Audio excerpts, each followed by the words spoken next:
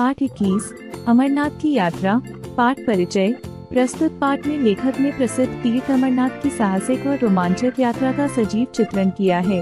पिछले साल में जिस हादसे से होकर गुजरा था, उसका स्मरण आज भी मन में सिहरन पैदा कर देता है। वह क्षण मौत से सीधे साक्षात्कार का क्षण था। मुझे याद नहीं पड़ता कि बचपन में कभी घोड़े पर सवार हुआ था, लेकिन भाई लोगों ने मेरी हालत देखकर घोड़े पर चढ़ने के लिए मजबूर कर दिया। करीब 12,500 फीट की ऊंची सर्कमफ्लेक्स ऊंचाई थी। सामने बर्फ से ढकी शेषनाग झील में अपना मुंह झांकती ब्रह्मा, विष्णु, महेश जैसी 3 पर्वत चोटियां थीं। पहले ही बता दिया गया था कि जैसे जैसे आप ऊपर जाएंगे, ऑक्सीजन की कमी होती जाएगी और सांस लेने में तकलीफ बढ़ती जाएगी। लेकिन जब मन में उत्साह होता है तो न ऑक्सीजन की भावी कमी का एहसास सताता है और न डर लगता है। लेकिन जब शरीर की मशीन जवाब देने लगती है तो फिर परमात्मा याद आता है। मेरे साथ कुछ ऐसा ही हुआ था। महागुलस की चोटी और टट्टू की वह खतरनाक दौड़। शेषनाग झील की कुछ तस्वीरें पहले देख चुका था। नीली झील का पानी कुछ ऐसा कि उससे निकलने वाली गंगा भी खूबसूरत हो उठी है, लेकिन जब उससे आगे चले तो महागुलस की चोटी पर पहुंचने के लिए घोड़े पर चढ़ा दिया गया, क्योंकि ऑक्सीजन की कमी से जूते का फीता बांधने के लिए झुकना भी ऐसे लगा जैसे एक मन बोझ उठाकर खड़ा हुआ हूँ। ऐसी हालत में दोस्तों ने सलाह दी, नंदन जी, आप खतरा मत मोल लीजिए, स्वास्थ्य पहली चीज है, आप टट्टू पर सवार हो लीजिए। चुनांची टट्टू जी की शरण ली। 14,500 फीट की ऊंचाई पर प्रसिद्ध महागुलस की चोटी पार करने के बाद उतार पर चल ही रहा था कि जनाब टट्टू जी रहकर बितने लगे। मैंने घोड़े वाले खान से कहा, खान, तुम्हारा घोड़ा गड़बड़ करता है, मुझे डर लग रहा है। लेकिन खान के कान पर जूं न रेंगी। तभी टट्टू ने एक जोर की हिनहिनाहट लगाई और लगा दुलत्ती झाड़कर भागने। सारे यात्रियों में खलबली मच गई और मेरे सामने मौत का काला सन्नाटा। जिंदगी अपने बचाव के लिए किस कदर चिपटती है कि जो घोड़ा मेरी जान लेने पर उतारू था, मैं उसी से बुरी तरह चिपटा जा रहा था। क्षणों की बात थी और मेरा सफाया, लेकिन पता नहीं क्या वह इस सर्कमफ्लेक्स से हुआ कि मैं जमीन पर सही सलामत और खान करा रहा था। उसे घोड़े की दुलत्ती लगी थी। मुझे दुलत्ती लगती तो शायद समा कुछ दूसरा ही होता।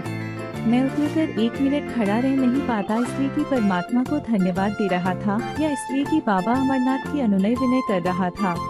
बहरहाल मेरी अमरनाथ यात्रा सफल होते होते बच गई। सफल इसलिए कि श्रद्धावान लोग कहते हैं कि तीर्थ करते यदि प्राण जाए तो आदमी सीधे बैकुंठ जाता है।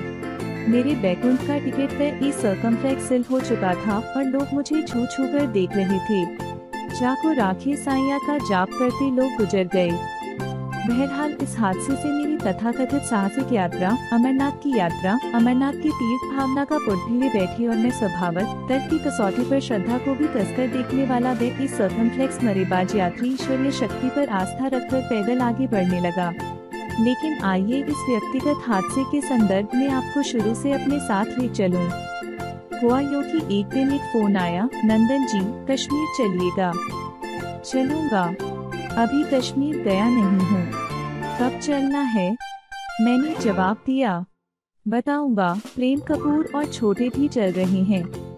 इस प्रकार मैं इस महायात्रा का एक यात्री बनकर जुड़ गया था।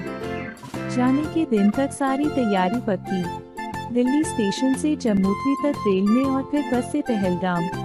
जम्मू तक और भी कई बार जा चुके थे, मगर इस बार की यात्रा का कुछ दूसरा आनंद था।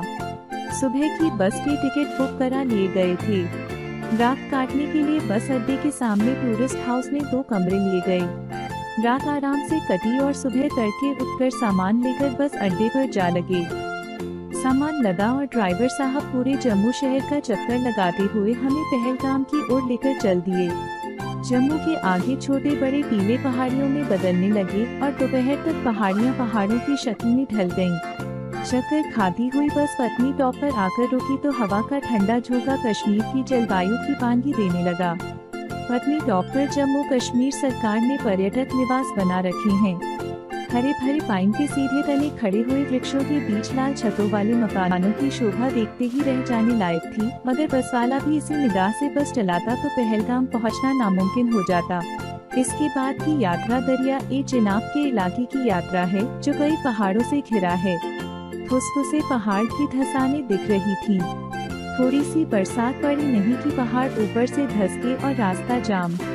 कपूर ने बताया कि एक बार रामबन के इसी इलाके में वह सर्कमफ्लेक्स कर चुके हैं। अपने राम बस की खिड़की से चिनाब के भयंकर गंदे पानी का उफान मारता बहाव देखकर दंग थे। यह हाल तो बिन बरसात था। बरसात में तो कहर बरपाता होगा। मजा यह है कि पूरी कश्मीर घाटी को जम्मू से जोड़ने वाला यही एक जमीनी रास्ता है। हवा में आप भले चले जाएं और दूसरा इसके अलावा कोई जरिया नहीं है। हम ऊपर ही बढ़ते चले जा रहे थे जब तक जवाहर सुरंग नहीं मिल गई, और जवाहर सुरंग पार करने के बाद नीचे झाँक कर देखा तो वेरीनाग हरियाली के खूबसूरत कटोरे में झाँक रहा था। कंडक्टर साहब ने कृपा की कि उन्होंने पूछने के लिए ऐलान कर दिया कि वेरीनाग कौन कौन देखेगा। हमारा दल हाथ उठाने में आगे था। हमें तो सभी कुछ देखना था, लेकिन कुछ लोग थे जो अमरनाथ के अलावा और कुछ देखने को राजी नहीं थे। कंडक्टर साहब ने पूछा इसलिए था कि वेरीनाग जोन का रास्ता पहलगाम के सीधे रास्ते से भिन्न था और उसे अपनी बस कारवां से अलग ले जानी पड़ती। उसके लिए करीब 300 रुपए अतिरिक्त दिए गए और बस वेरीनाग को मुड़ गई। जहां बस रुकी वहां चिनार के घने पेड़ और खूबसूरत बगीचा था। पता चला कि यह जो नहर है यह झेलम का उद्गम स्थल है और पुल को चारों तरफ से पक्का बांध दिया गया है। चिनाब के पानी के बिल्कुल विपरीत स्वच्छ निर्मल पानी का कुंड है। वेरीनाग से जो बस चली तो हरियाली की गोद में दौड़ती रही। फिर जाने कब एक बहुत ही खूबसूरत नदी के किनारे किनारे वह पहलगाम जा लगी। जी हाँ, वह खूबसूरत नदी मामूली खूबसूरत नहीं थी, असाधारण तौर पर खूबसूरत। नाम है लिद्दर। सच कहता हूँ, मैंने आज तक इतनी खूबसूरत नदी नहीं देखी। क्या पहाड़ी अल्हड़पन और क्या पानी का सफेद बहाव। तेजी ऐसी की सांप शर्माए और गर्जना ऐसी की समूचा पहलगाम उसके बिना सूना हो जाए। पहलगाम का दूसरा दिन करीब करीब यात्रा कार्यालय में ही बीता। नजामुद्दीन साहब छड़ी मुबारक की तरफ लपके जा रहे थे। हम लोगों की उत्सुकता जागी तो हम भी उनकी जीप पर सवार हो लिए। छड़ी मुबारक श्रीनगर के शंकराचार्य मंदिर में प्रस्थापित शिवलिंग का प्रतीक है और अमरेश्वर शिव से श्रावणी पूर्णिमा को गुफा में जाकर सबसे पहले उन्हीं का मिलन होता है।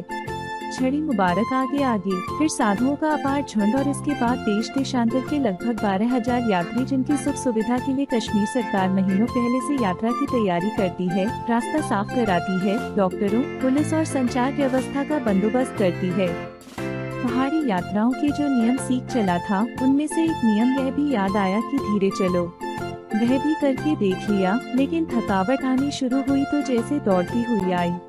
आधे मील के अंदर यह हालत हो गई कि एक शिला की शीतल छां ढूंढनी पड़ गई। आगे पीछे देखा तो थोड़ी दूरी पर केवल छोटे अपना डंडा खटकाते हुए चले आ रहे थे। हमें सुस्ताता देखकर उनकी भी जान में जान आई। कपूर कहीं बहुत पीछे, संतोष कहीं बहुत आगे। अपना पांचवा साथी बैरा, जिसे हमने बहादुर कहना शुरू कर दिया था, हमें ज्यादा थका देखकर नीचे उतरकर नीलगंगा का पानी खामोश में भर लाया। यात्रियों का कारवां ज्यों का त्यों जारी था। धीरे धीरे हम लोग हंसते सुस्ताते बैठते बतियाते चंदनबाड़ी के नजदीक आ गए। हमें पहले पड़ाव चंदनबाड़ी में ही रात बितानी थी। रास्ते में देखा गया कि एक ऐसा भी यात्री था जिसकी टांग थी ही नहीं। बैसाखियों के सहारे वह हमसे ज्यादा तेजी से चल रहा था। इससे हमारी दो सही सलामत टांगों का स्वाभिमान जागा और रफ्तार में तेजी आ गई। नीलगंगा के किनारे बसी हुई यह बस्ती धार्मिक दृष्टि से बड़ी महत्वपूर्ण है। कथा के अनुसार एक बार काम क्रीड़ा और खेल की बातों में भगवान श्री सदाशिव का मुख श्री पार्वती जी के नेत्रों के साथ लग गया। नतीजा यह हुआ कि उनका मुख अंजन के कारण काला हो गया। भगवान सदाशिव ने अपने मुख को काला देखा तो उसे श्री गंगा नीलगंगा ने धोया, जिससे गंगा जी का रंग काला पड़ गया। इस जल के स्पर्श से महापापों का नाश हो जाता है। नीलगंगा के नीले होने का यह धार्मिक रहस्य जानकर हिसाब लगाया कि पहलगाम में लिद्दर लंबोदरी की खूबसूरती का रहस्य नीलगंगा की यही नीलिमा है। 50 थावान यात्री इस पानी की बर्फीली धार में शाम के धुंधलके में गोते लगाते दिखे। अपने टेंट के नंबर का पता लगाकर उसमें बिस्तर जमाए गए। थकावट के मारे बुरा हाल था। अपना पहलगाम वाला परिचित बेचारा हमने से किसी को पानी दे रहा था, किसी के लिए चाय ला रहा था। यात्रा के साथ चल रहे मोबाइल भोजनालय से खाना लाकर खाया गया और सारे बंदों को बिस्तरों पर लेटने की देरी थी कि नींद ने दबोच लिया। करके आँख खुली तो टेंट के पीछे की रस्सियाँ खुली हुई और छोटे की ऊनी सदरी चश्मा, जिसके बिना उसकी समूची दृष्टि यात्रा भर धुंधली रही, और बहादुर की बरसाती जैकेट गायब थी। लाउड स्पीकर पर ऐलान हो रहा था, यात्री मेहरबान से दरख्वास्त है कि वे जल्दी से जल्दी चलने की तैयारी करें, आगे चढ़ाई बड़ी कठिन है।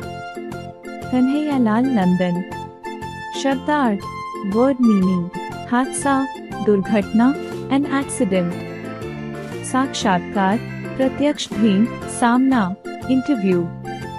एहसास, महसूस करना, फील। चुनाचे, अत, इसलिए, सो। कैंसिल, रद्द, कैंसिल। आस्था, विश्वास, फेथ। टूरिस्ट, पर्यटक, टूरिस्ट। वानगी, उदाहरण, एग्जाम्पल। नामुमकिन, असंभव, इम्पॉसिबल। ऐलान, घोषणा, अनाउंसमेंट। उद्गम, स्रोत, सोर्स। समूचा, पूरा, ऑल। दरख्वास्त, विनती, प्रेयर।